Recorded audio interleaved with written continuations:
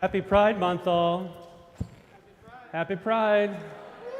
All right, we're going to have to, do you have your flags with you? We're going to do a little bit of spiritual muscle work. We have heard that there are people in our nation that are trying to say that some words that are good and holy and sacred are bad words that should never be said.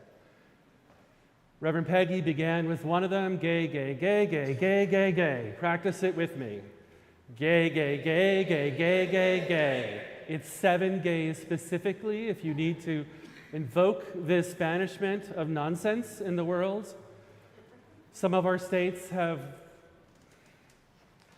putting bills on that we can't even teach our kids the normal, healthy sexuality, science-based breadth of our gender expression.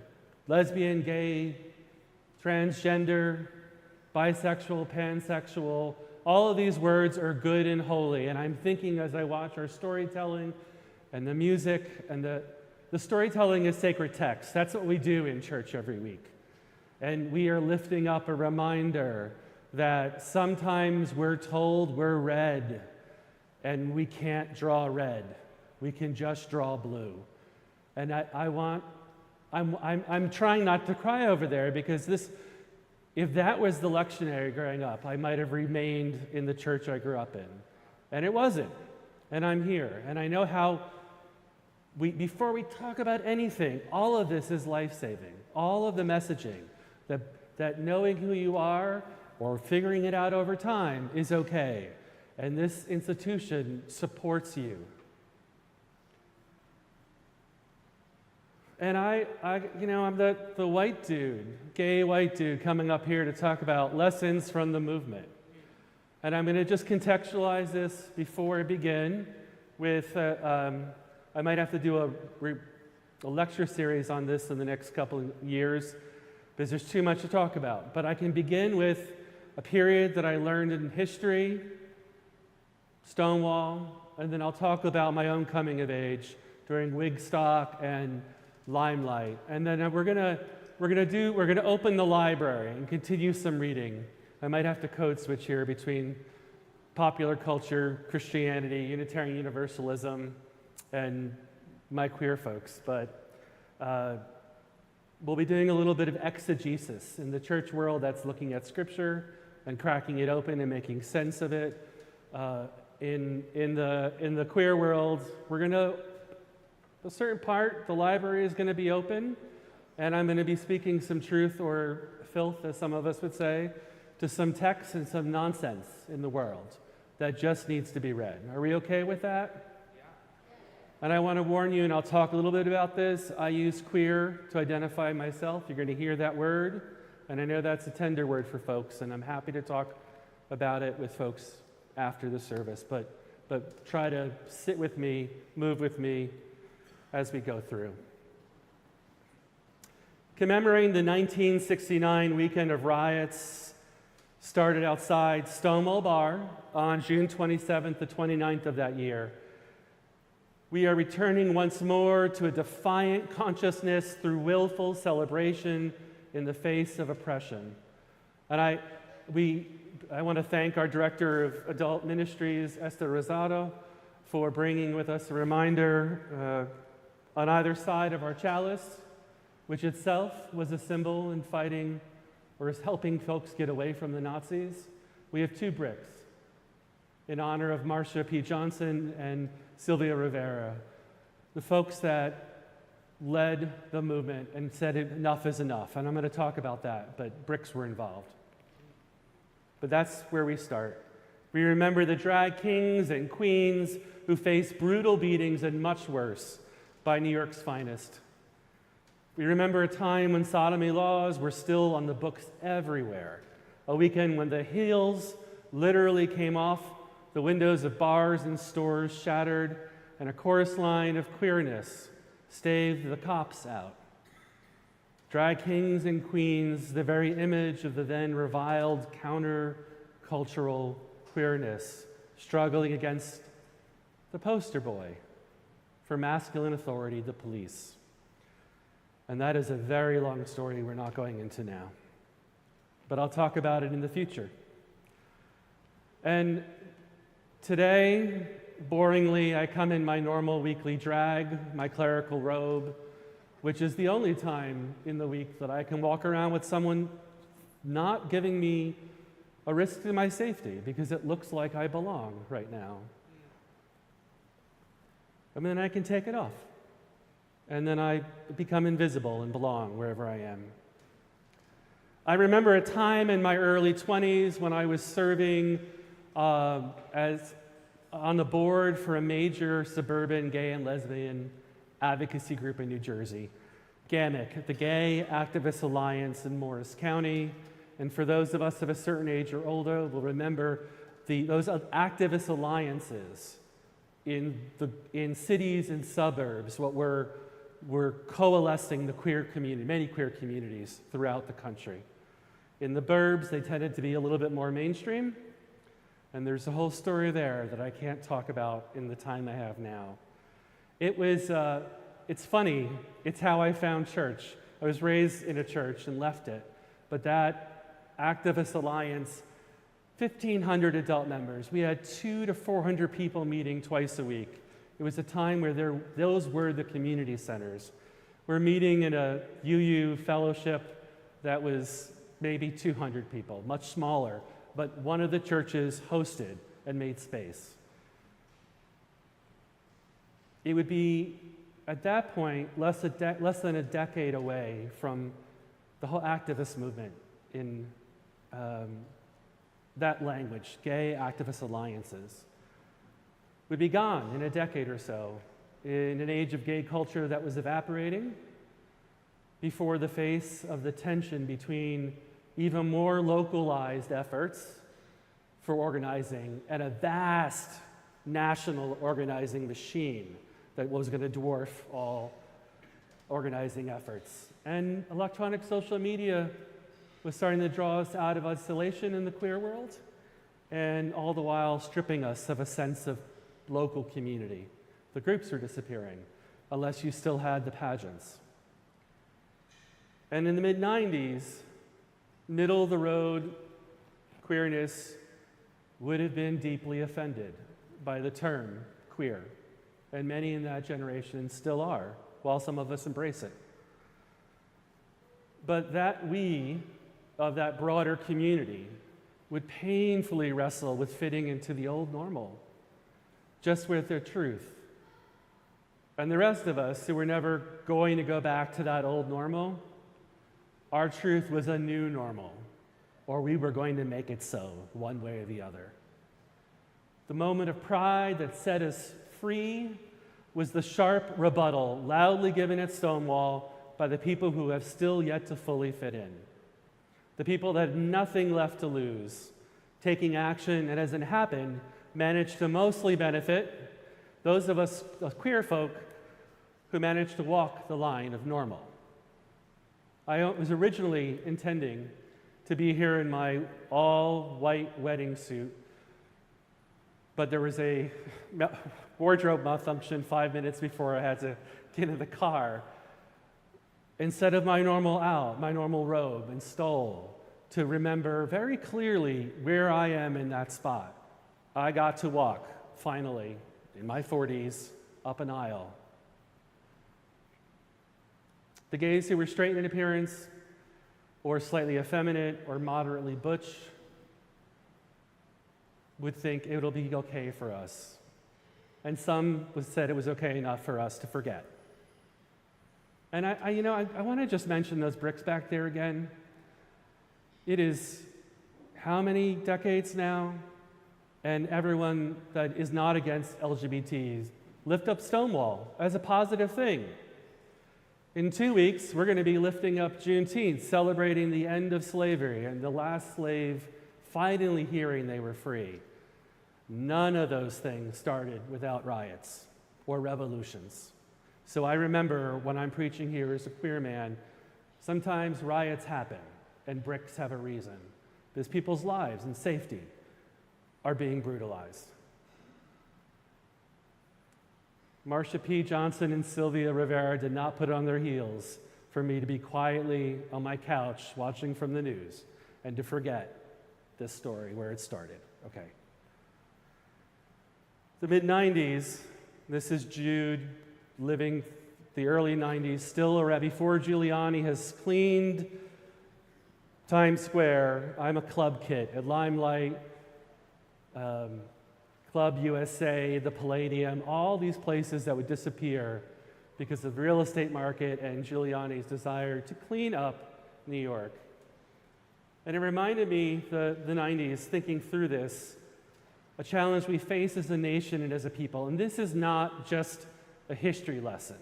It's happening again now with other communities, some that are overlapping, because remember, when we're talking about LGBT, we're not talking about white LGBT. All people who are queer are part of the queer community, and we have to remember how these are linked, and I'll get back to that. But the things that bind us, the wrappings that hold society back in place to another time, that some things worked for some people well, and other things horrible for other people. In 1993, 30 years ago, right? Yeah, jeez. We witnessed firsthand the political might of the religious right in all its forms and names. They re-galvanized, as they popped up earlier during women's health and safety and autonomy and access to workforce protections. They acted up the same way then over gays in the military. And I would say allowing gays in the military, but we all know that there's always been the queer folk, LGBT in the military. It's just we're talking about it now. But the argument was there weren't gays in the military. And I'm using the word gay now specifically because in this time and period, it was a fight for gay men and some women, lesbians. There was not the consciousness, at least in the political movement, of where we are today. The policy that would become Don't Ask, Don't Tell helped our country admit the fact that gay and lesbian citizens serve the nation with respect, even though the epitome of the masculine institution couldn't validate their identity. And I want to pause right here and give, because I'm talking about the military, and sometimes folks can hear me as being negative military. My dad was in the Navy. Both of my in-laws served as well in the Air Force. And we checked it again to make sure my memory was correct, my husband and I, right before the service. In '92, little Jude had just applied for the Marines and passed the test and was considering the final signature. And Don't Ask, Don't Tell happened in '92. And I said, I'm not dealing with this, so I'm out. When it first came up as a major campaign promise, many in the LGBT community were happy for the attention, but wondered why this first. AIDS was raging, unfettered, proper science-based sexuality education was invisible in most schools. And as we heard, those of us in the congregational meeting earlier by Reverend Dr. Rosemary Bray McNatt, Community Church was one of the early hosts for science-based comprehensive sexuality education. And our youngest teens were facing violence and death. Transgender community in particular, which continues to have no protections in the workforce, largely no protections out there. And I'm going to stop the history lesson there, because we're over time now. But I don't want to stop. I want to just skip to the reading, as I was talking about, the exegesis, understanding Scripture in a better context. Some of you may know this story, and I'm just going to go through it briefly right now. It's the story of Lazarus. Are folks familiar with the story of Lazarus? Only a few people. Woo! So in the Christian Scripture, there's this book of John. I promise you will almost never hear this universalist read from the book of John. But this time it's important because sometimes we hear a story that's different than it should be or ought be, or is intended to be. And Lazarus is the brother of Mary, not Jesus' mother, a different Mary. And he's been dead, he died, and she runs up to Jesus, and Jesus asks her what's wrong, and she says, if you were here, Jesus, my brother died 4 days ago, he would not have died. And he goes up to her and asks, where have you laid him? The story goes on, and they talk about how he's been dead in a tomb, a cave, with a stone rolled in front of it. Will sound very similar to a story later in Scripture, not important right now. But right here, they have the stone rolled away, and he cries with a loud voice, Lazarus, come out. And the dead man came out, his hands and feet bound with strips of cloth, and his face wrapped in cloth. Jesus said to them, unbind him and let him go. Unbind him and let him go. This is where I want to use some seminary language we talk about is queer theory. It's queering the text a bit and looking at it from a different angle. I was raised to always hear it talked about as evidence of Jesus raising someone from the dead. But what's the message in this story? It talks about a man, Lazarus, who's lying locked away in a cave with a rock blocking his escape. And it talks about a man closeted away with society having given up on him, all except a sister. Jesus had to come forth and tell Martha to take away that stone that made this cave this man's only option, this man's prison. Jesus doesn't say, he heals the man. Every other parable that talks about healing is really specific about how he heals those who are ill. This one simply says, Lazarus, come out. Unbind him and let him go. What queer words to use. His death isn't some ailment that needs to be cured. What's killed Lazarus is the same thing that begs to keep him locked and closeted away in a cave of their own design, our own design. The disease are not their hands or feet, but what's bound with strips and cloth. The disease is his face wrapped in cloth in the first place. The illness is with the people who can't face to see Lazarus as he is, as she is, as they are. In unwrapping the ties that bind and dissolving these societal constraints that make us dead inside, we come out of the closet, we come out of the cave. Once dead to the world, we are alive with the faith that knows our purpose here is not to shudder in some corner lamenting what the worldly powers think or fear of us. Our purpose on this earth is to live that life we are given, and to do so unbound, to do so with the strips and ties shredding to pieces in our wake. The cry is a voice that demands we live in community with one another, nor regardless of our differences, but because of them.